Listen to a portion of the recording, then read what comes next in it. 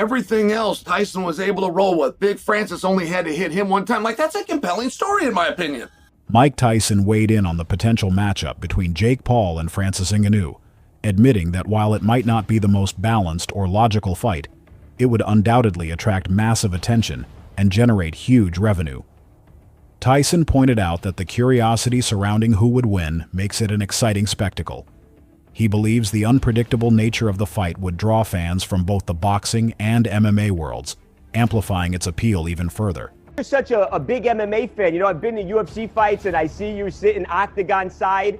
I can't help but wonder, if you had gotten into MMA as a young man, as a teenager, instead of boxing, how do you think your career would have went, Mike?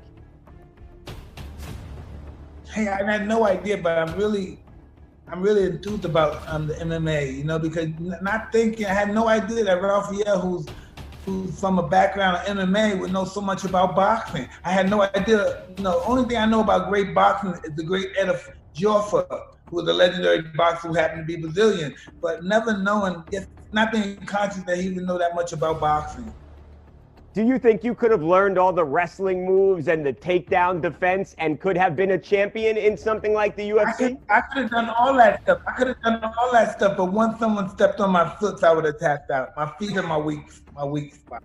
You step on my feet, I'm gonna tap out. Francis Ngannou himself has expressed that even being offered a fight with Jake Paul is a complete disrespect to his name and legacy. He explains that Jake hasn't earned the right to share a ring with someone who has been at the pinnacle of combat sports. Ngannou adds that this type of offer is not only insulting, but also highlights how far entertainment has drifted from the essence of real fighting. Think about you to fight Jake to replace Javante. I'm like, who's Jake? You know, like, I was so confused, you know, like, I wasn't expecting that at all. And he said, yeah, Jake Paul, you know, he's fighting. And I'm like, no, bro, come on. Don't disrespect me like that. And then they even say like, they even come out after and say, and what if the number are good? He sent out some number. I'm like, it's not about the number.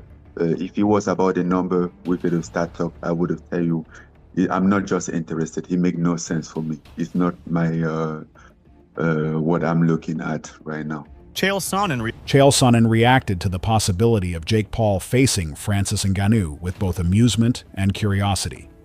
He called it a fascinating matchup, not because it's competitive, but because it would reveal just how durable Jake really is. Sonnen joked that Tyson Fury, one of the toughest heavyweight champions in the world, was dropped by a single clean shot from Ngannou. If Fury, who outweighs Jake and has years of experience in heavyweight boxing, could barely survive Ngannou's power, then Jake could be in serious danger. Sonnen added that Jake's confidence and willingness to face opponents far above his level is entertaining, but fighting someone like Francis is a different challenge entirely. He emphasized that Jake doesn't have the size, power, or chin of Tyson Fury, and if Fury could only take one punch, it's hard to imagine Jake handling even that.